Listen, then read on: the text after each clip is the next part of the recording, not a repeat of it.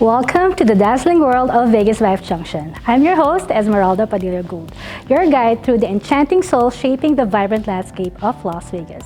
In this season, we extend our heartfelt appreciation to our esteemed sponsors, Mr. and Mrs. Francis and Carolyn Ching of Hawaii.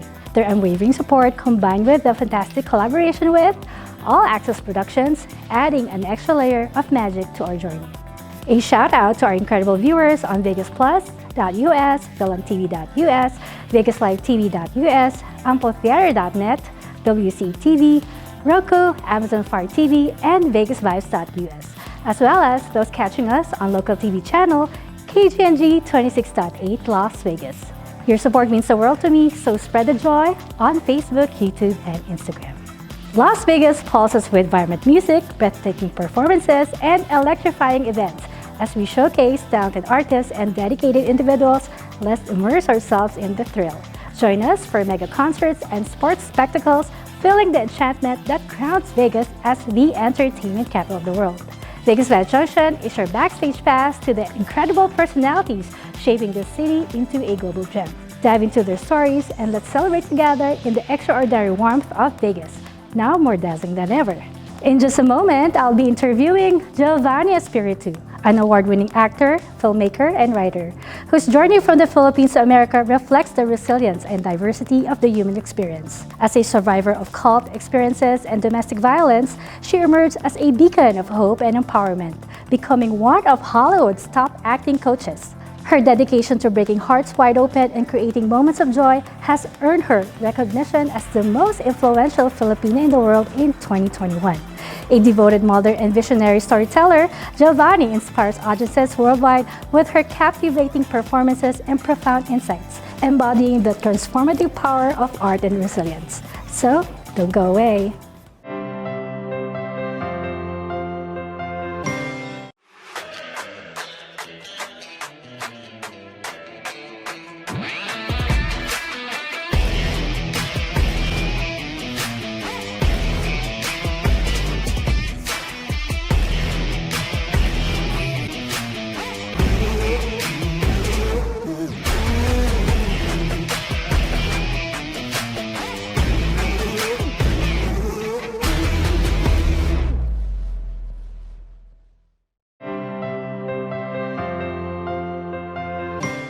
Ladies and gentlemen, it's my absolute privilege to introduce to you the epitome of resilience, creativity, and empowerment. Born in the Philippines and assembled in America, her journey is a testament to the indomitable spirit of the human soul. As an award-winning actor, filmmaker, and writer, she has graced both the silver screen and the hearts of audiences worldwide, with captivating performances and profound storytelling. Beyond her stellar achievements in the entertainment industry, she is a beacon of hope and strength, having overcome the depths of adversity as a survivor of cult experiences and domestic violence. Yet, amidst life's trials, she emerged as a top Hollywood acting coach, guiding aspiring talents to unlock their true potential and soar to new heights. As a devoted mother, she exemplifies love, courage, and compassion, nurturing not only her own family, but also empowering countless others to embrace their inner greatness. Recognized as the most influential Filipina in the world in 2021, she is more than just a luminary. She is an innovator, a thought leader, and a force for positive change. With her motto to break hearts wide open and create more moments of joy, she inspires us all to embrace our vulnerabilities, celebrate our triumphs, and embrace the beauty of the human experience. And now, let us welcome Giovannie Espiritu to VegasVibes Junction for an exclusive interview. Thank you so much for having me here. It's an honor, so thank you. The pleasure and honor is mine. Thank you so much for being with us today. You know, I have watched your life story that was actually produced and made in the Philippines, and it was so inspiring. Thank you. I mean, the whole reason why I feel okay to be a little bit more open with, you know, the things that have happened in my past is because I know that somehow, like, there's somebody out there that might, you know, be going through the same thing and know that they can come out the other side okay. Yes, how did you overcome all those trials and tribulations? It was a lot for you to take, especially you were so young and you were exposed to domestic violence? Yeah, well, I mean, I have this motto where it's like, but the great thing is, and so no matter what I was going through, I would always be like, but the great thing is blah, blah, blah, blah, blah, right?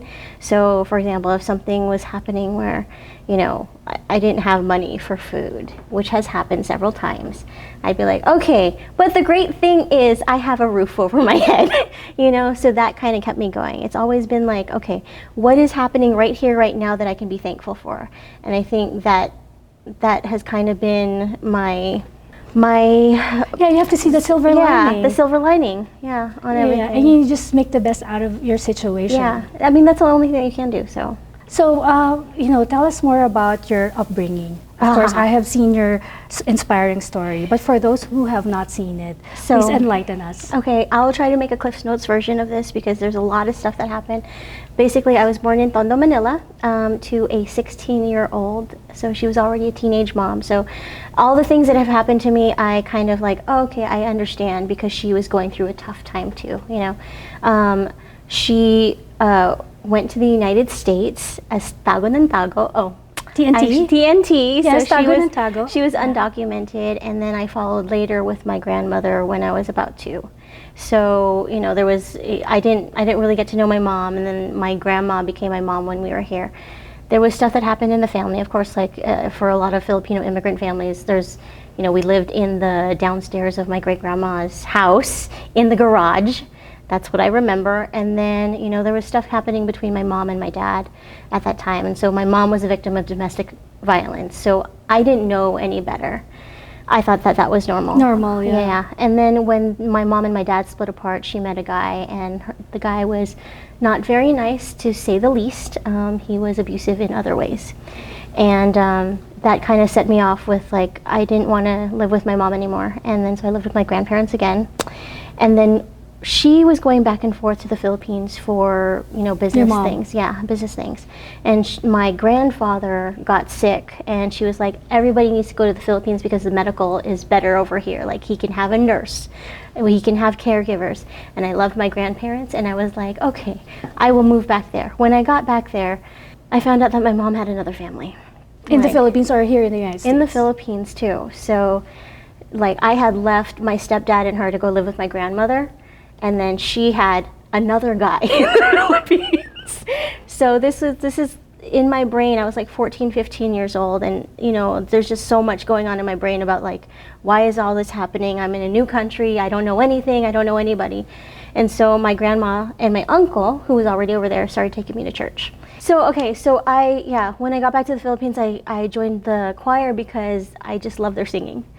And I was looking for family. So I started just going every single week, Bible studies every single week. I wanted to be like a good human being, and I wanted to be like on fire for God, you know? And you felt that sense of belongingness. Yeah. You found refuge. Yeah, and it's like I wanted to be part of like the good people, you know what I mean? Just like so you thought. Yeah, so I thought part of the good people, and then, you know, cults never start out as cults when they start out. They just start out as like really.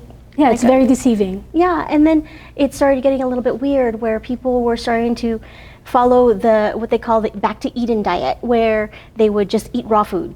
Even raw food? Raw food, just fruits and vegetables. Oh, okay. Yeah, and then also some of them would be eating like raw rice. That fanatical, you know? And so it just started very getting extreme. Very extreme. And then like there were like things where like, oh, they were like, Jesus is coming soon. If you look at all these prophecies, and they had prophecies. The end of the world. The end of the world. They had like all these charts and everything. And, you know, as a 14, 15-year-old, and I was very deep into it. I was like, oh my gosh, God is coming. Jesus is coming. I better be ready.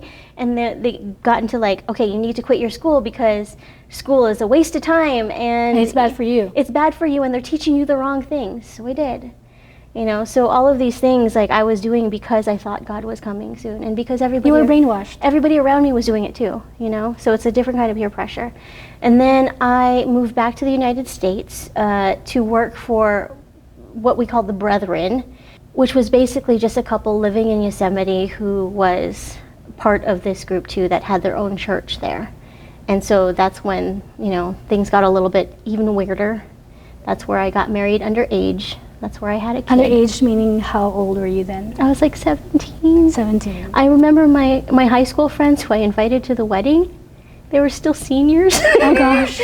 You know, and it's like, I remember that nobody said anything. That was the weird thing. Nobody said anything. Nobody said that this is wrong. What is happening? It was the right thing to do. I thought it was the right thing to do. But didn't you marry your first love? In the cult. So like I fell in love with him, yeah, but he was way older than I was, and he was an elder in the church. Like how much older than you? Well, when I found out, he was like 13 to 17 years. I don't remember exactly. You're senior. Yeah, but he was part Asian, so he looked really young. So I didn't really know, you know. But yeah, because in this cult thing, like all of them like didn't want to have social security cards. They didn't want to have any kind of trace of the government, because they were like, you know, they can trace you, and you know the black helicopters will come around. Very, very strange, weird things. Wow. You know what I mean? So when I got married there, like in But you weren't forced into that marriage. No, I wasn't forced into the marriage. Like it was very much, well, I should say You were groomed? Yeah, like you know, like the things that they would tell you would be like, you know, Ellen White, who is the prophetess of the church, and her husband, there were decades of age between them. The patriarchs and prophets, they married, you know, younger children all the time. This is a normal biblical thing. So because we were getting close, and I liked him, you know, like I didn't not like him. I can't say that I didn't. There was a lot of pressure to get married, and it got violent, because when you have a kid with somebody, usually there's a sense of ownership, and I didn't know that. You know, there's a lot of things that I didn't know. And he didn't hit you physically, but he would not let you go out. No, well, there was a couple of instances, like this is like 20 plus years ago, but yeah, like sometimes I would have to stay in the car like the whole day. Wow. So how did you get out of that abusive relationship? So what finally gave you the courage to say, okay, enough is enough? He didn't hit me, but he started to, you know, spare the rod and spoil the child. So I have a child from that relationship, and he used to take a belt out and just make my kid sit in the corner, and I was just like, you know, like I could not see being in that relationship because of my child. And it was because of my child that I was like, okay, I need to figure out something. Yeah, it's not all about you now. It's not all about me now. So that was like the biggest thing. At the same time there, he had quit his job because he was like, Jesus is coming soon. How did you survive? So this is like a weird thing. Like, so my mom was giving us money every now and again just to like help us survive, and because he had quit his job. And I used to talk to telemarketers on the phone a lot, and because we were out in the woods, and it's so dumb and it's so silly, and it's so like I have like a lot of, you know, like, oh, poor Giovannie was looking for friendship, by talking to telemarketers. So one of the telemarketers was like, you have a very interesting voice, you should get into voiceovers. And I was like, I don't even know what voiceovers is. And this is when the internet was like dial-up still. So I looked it up, and I sent a really stupid tape to Stars, the agency in San Francisco. And they ended up calling me in from that. We drove 4.5 hours from Grizzly Flats to Stars. They signed me on the spot. Wow. They sent me on my first audition, and I booked it that day. And I was like, signed from God. And it was more money than I had ever made in an hour, ever. So I was like, okay, so I guess this is a sign from God. So that was like one of the reasons why he allowed me to do it, because he didn't work. And then, you know, there was nothing else to do, and I was making money at it. And then eventually that agent was like, oh, you know what, we want to send you out on more on-camera gigs. You need to take this class. And because I was already making money during voiceovers, and because he didn't have a job, he was like, okay, fine, you know, like, you can go to this. And so I started going to this class in San Francisco, and I remember they invited me out, you know, to go out with them, and I was like, I can't, I have to be right downstairs in the lobby, otherwise he's gonna get mad, right? And they started being like, that's weird, right?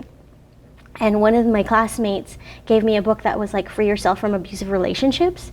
And I had to hide it, you know, but I was like reading it, and it's like everything on the list was true. Like I was like checking this happens in this relationship, except for two things. I think it was hitting and also choking. Those are the two things on the list of like abusive, how do you know you're in an abusive relationship that wasn't, that he didn't do. So, you know, like that's how I kind of got out of it. And then eventually, So did you just pack up your bags and then took your child with you and it's a left? process, because I did try to have conversations with him, and I was like, we need to go to counseling. There's something wrong here. You tried to save it. Yeah, because I was like, I don't want my kid to grow up in a broken marriage. Because you you came from one. Yeah, and so like I tried to make it work, and then he went to the first two, and then he stopped. And then my counselor was actually like, you know, this is the most dangerous time that women go, you know, if women leave, you need to have like a to-go bag, and you need to like be careful if you do it. So, you know, like it took a couple of different times of me like, oh, I need to leave, I need to leave, I need to leave. And then I don't remember what the instigating thing was, what the thing that was finally, you know, that I was just like done with it. I remember, you know, my kid, you know, getting hit was part of it, but there was one time when we were just driving down into San Francisco, and we were staying at his mom's place, and he was in the shower, and I took my kid and I left. And then I called my mom, who I hadn't talked to in such a long time, and I was like, Mom, I just left, and I told her to come pick me up where I was. So. Are you very glad that you have done that? Or you I mean, wish like, you could have? I needed to. I don't know how it would have been if I had stayed in that relationship, you know? Well, on a lighter note. Oh my God. I mean, it was like 20 years ago. You know, it was 20 years ago. But still feels Things are fresh, fine. right? I'm so glad you're able to move forward from that, because that was a lot. It's a lot, you know. It's a lot. It's very commendable that you were able to get through it. I appreciate it. And you took your children with you. You prioritized your son's well-being. Yeah. You did that to protect your children. I mean, I think for anybody that's out there that is in a relationship like that, just, you know, for anybody that sees somebody in that kind of relationship, please reach out to them, because I did not know that it was unhealthy, because that's all I knew, you know. Well, I would like to ask, you did voiceover. Yeah. But was that something that you discovered that you truly love to do and eventually led you to wanting to be an actress? I maybe had one or two inklings of being an actress when I was younger. But when I got into the religious stuff, I was like, no, I'm on fire for God. That stuff doesn't even matter, right? But then it kind of pulled me into it with the voiceover stuff. And I do love voiceover. Voiceover is so fun. Like, you can be as ridiculous as you want, and you don't necessarily have to get dressed up for it, which is I love, because like acting, you have to have makeup on, you have to be presentable, and I don't know how to do makeup or clothing. I'll it's teach hard. you how. I would love that. Thank you so much. But that's like not that's not my forte. But voiceover, you can walk in like if you wanted to and be in your pajamas and just be like ridiculous, as ridiculous, especially in animation. So I love it. Acting, you know, I still love it. You were in ER. That was your first project. That was my first project. I mean, I've been a series regular on a couple of shows. I have a show on Amazon that is an LGBTQ show. And then, you know, like I was just on 911 Lone Star last year, and I just did an episode of Bob Hart's Abishola. So, you know, I'm working when I can. The representation on TV is getting better for Filipinos and Filipinas, which is great. And what was your first film?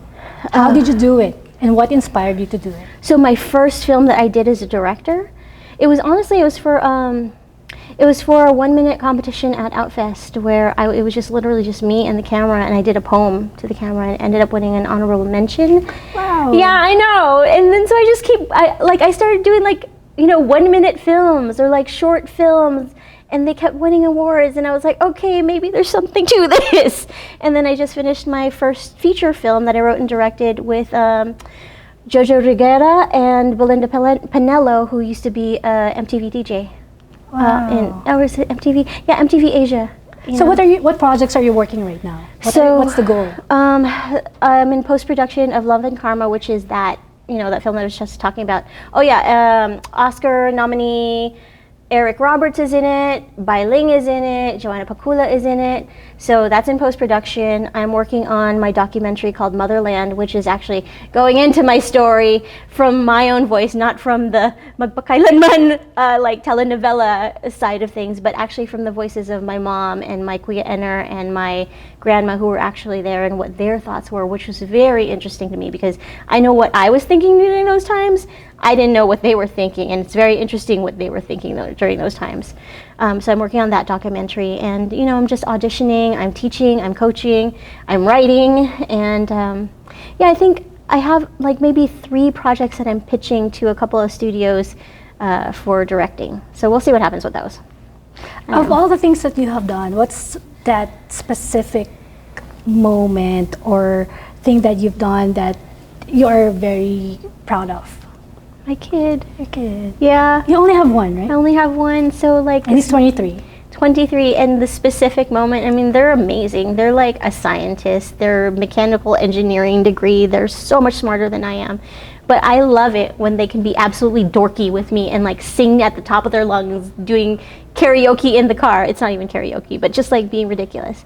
Like those are the moments that I love. It's like just like the fun, simple, happy moments that even it's not like nobody else is gonna care about it but us. If there's anything that you would like to convey to all of our viewers, what would it be? Words of wisdom. Words of wisdom. Pieces of advice. Pieces of advice. I would say find the thing that makes you happy and do that, because life is just way too short to not do the things that you love with the people that you love. Like if you wake up during the day and you're like, oh, I hate this job, and it's like happens more times, then find something else to do, you know? Like, why are we constantly in this like hustle, grind thing when it doesn't bring us joy? Like we were put here, we were supposed to be put here. Like what did Jesus say? When I used to be a Christian, like he came that we might have life and have it more abundantly. Like I do believe that. Please invite everyone. Where can people find you and all the amazing things that you do? You can find me on IG at GeoSpirit2, and then my website is GiovannieEspiritu.com. So you can always find me there. Giovannie, if you had one superpower, what would it be and why? Oh my gosh, I would love to be Jean Grey and have like super telekinetic, like I can move the particles and matter in the world. Like, why would you want to move? I don't know, I just want to have the power. I want people to be scared of me, but I wouldn't go into Dark Phoenix land. I would just be like, But yeah. But that would be pretty neat. I would love that. I know. I would love to be able to move things with my mind. You know? Is there anything else that you would like to pursue outside what you're doing now? You know, I don't know. Like sometimes I feel like this industry is so tough. It's such a tough industry, and I do feel like leaving it all the time. But I don't know, if I wanted to do something else, I would probably want to travel and go see like the different sacred sites, because even though I'm not like super religious anymore, I still am very spiritual. So I want to see where people have like felt the closest to God, you know, whatever their, you know, definition of God is. Thank you so much for inspiring us today, and I wish you good luck on your current and future endeavors. Thank you for having me. As we wrap up this insightful conversation, I urge you to embrace the essence of Giovannie Espiritu's journey, a testament to resilience, creativity, and unwavering determination. Let her story ignite the flames of possibility within your own hearts. As we navigate the complexities of life's fabric, may we draw inspiration from her unwavering spirit, her boundless courage, and her relentless pursuit of joy. Remember, in every challenge lies an opportunity for growth. In every setback, a chance for resilience. Together, let us break hearts widely open, create moments of joy, and forge a future illuminated by the light of our collective dreams. As we stand on the threshold of endless possibilities, let us dare to dream, to create, and to inspire. Thank you, and God bless. Pure Medical Equipment provides top-notch quality medical supply equipment. Whether to rent or buy, Pure Medical Equipment and Supplies has it all. Pure Medical Equipment is committed to serve and give back to Southern Nevada. We deliver medical supplies and rentals to your door. Thank you for being a part of this exhilarating episode at VegasVibes Junction, where we delve into the life of Giovannie Espiritu. I trust her remarkable journey has sparked joy and inspiration in your hearts, just as they have in mine. Save the date and don't miss the next chapter on the VegasVibes Junction channel next week for another unforgettable story. Las Vegas, beyond its iconic strip and the lively Fremont Street experience, is a haven for authentic individuals, musicians, entertainers, and those enchanted by the world of pageantry. If you're one of these exceptional people shaping Las Vegas into a global phenomenon, I would like to hear your inspiring story. Connect with me via email at VegasVibesJunction@gmail.com, and let's showcase your narrative right here on Vegas Vibes Junction, whether in our studios or through an exhilarating online Zoom interview. Before saying farewell, immense gratitude to our fabulous wardrobe sponsor, Anne Fontaine, nestled at the forum shops of Caesar's Palace. Anne Fontaine awaits to fulfill their fashion desires, offering impeccable style, radiating sophistication. To explore their stunning collections, contact Ms. Anna Billings at 702-733-6205. Anne Fontaine welcomes you to a world of extraordinary fashion. And now, let's immerse ourselves in my favorite segment, the Vegas Vibes Closet. Discover a delightful array of health and beauty products personally endorsed by me. This week, I'm excited to unveil a special addition to the Vegas Vibes Junction brand, the VegasVibes Cosmetics. With a stunning array of lipsticks in various shades, VegasVibes Cosmetics enhances your natural beauty and empowers your inner glam. Each lipstick is meticulously crafted for exceptional color payoff, long-lasting wear, and a luxurious feel. Whether you desire a bold red for a night out or a subtle nude for everyday elegance, VegasVibes Cosmetics has the perfect shades for your unique style. Stay tuned for updates and exclusive offers on VegasVibes Cosmetics. Elevate your beauty game with our fabulous lipsticks, embracing the spirit and glamour of Las Vegas. Remember to follow Vegas Vibes Junction on Facebook, YouTube, and Instagram for the latest updates, announcements, and behind-the-scenes moments. Visit VegasVibes.us for more information and exciting content. Join our vibrant community and become a part of the Vegas Vibes Junction experience. Gratitude abounds as we embark on this thrilling episode of Vegas Vibes Junction, made possible by the generous sponsorship of Mr. and Mrs. Caroline and Francis Ching from Hawaii. A heartfelt appreciation extends to our collaborator, All Access Productions, for imparting a unique essence to our journey. Stay tuned for more captivating interviews and stories showcasing the vibrant heartbeat of Las Vegas. Until next time, stay fabulous and keep spreading those Vegas vibes. I'm Esmeralda Padilla. Thank you for watching. Mwah!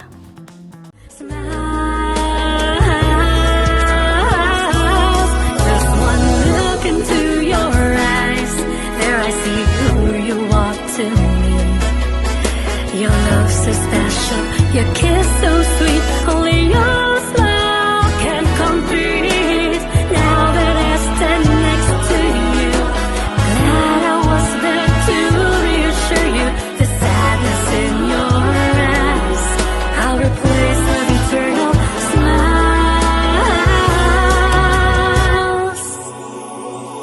So now I can't resist holding on to commit, inspired to love you and keep you smile until the end.